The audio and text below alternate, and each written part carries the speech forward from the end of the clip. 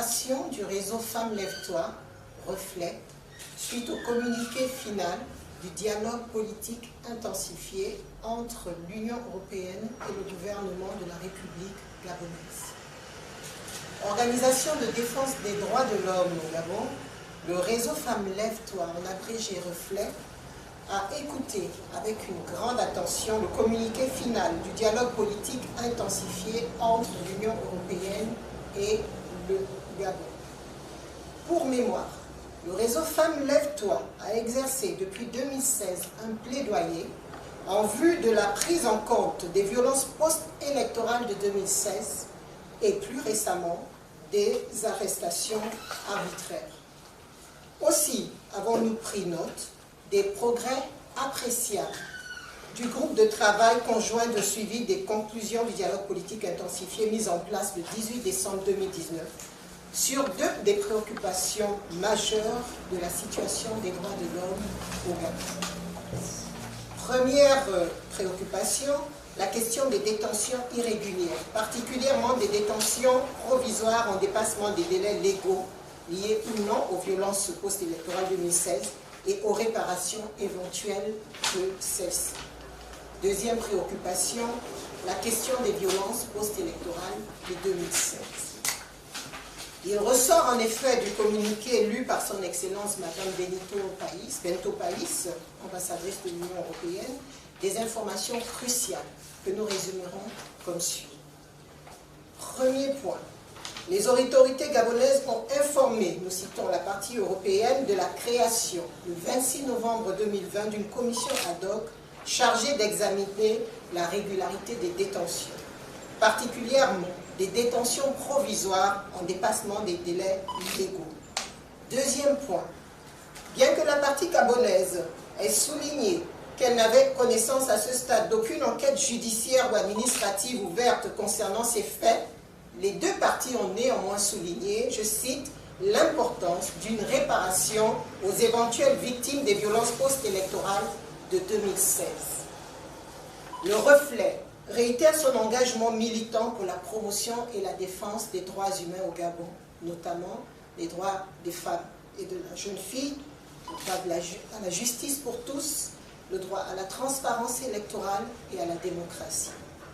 Cet engagement pour la dignité et le respect des droits humains ne saurait être prétexte à des postures improductives et égocentriques. Aussi, bien que nous soyons conscients que les conclusions du dialogue politique intensifié Union européenne-Gabon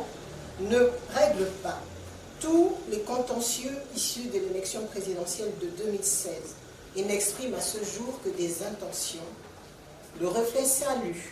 néanmoins cette avancée et considère que les réparations aux victimes des violences post-électorales et des arrestations arbitraires font partie des priorités urgentes en matière de protection des droits de l'homme au Gabon. Les luttes d'intérêt ne sauraient prendre le pas sur le droit d'un citoyen en situation de vulnérabilité, de détresse morale et ou de souffrance physique. Nul ne devrait être empêché d'être entendu et pris en charge en vue de la réparation des injustices et des violences dont il a été victime au nom des principes politiques supérieurs. Depuis plus de 4 longues années, des mères, des pères, des conjoints, des enfants, des citoyens, hommes, femmes, jeunes de notre nation continuent à souffrir dans leur chair et dans leur âme des stigmates des violences qui ont suivi l'élection présidentielle de 2016. Il serait inconsidéré de continuer d'avancer vers l'échéance de 2023 avec ce passif qui constitue une menace à la vitalité de la démocratie et une écharde pour la construction d'un Gabon uni. Aussi, le reflet encourage-t-il le gouvernement de la République à concrétiser son engagement, notamment en mettant en place un dispositif tripartite, État, Institution nationale des droits de l'homme ou toute autre institution de médiation désignée par le président de la République, société civile, pour le traitement des dossiers des victimes et de leurs familles. Tout en soulignant la nécessité de mettre en place des mesures concrètes pour l'amélioration du dispositif judiciaire, en vue d'endiguer le phénomène destructeur des arrestations irrégulières qui, hélas, est devenu récurrent dans notre pays,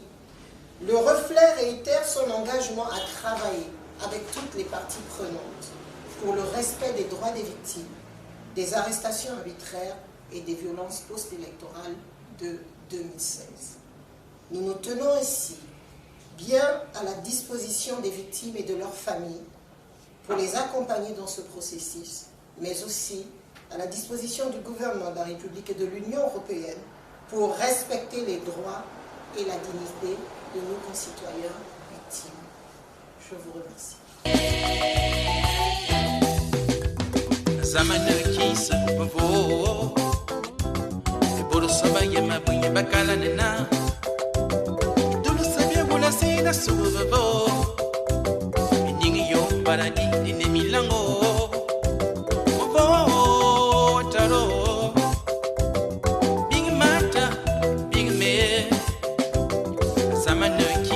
Masile wona uzo watele mama bo ambala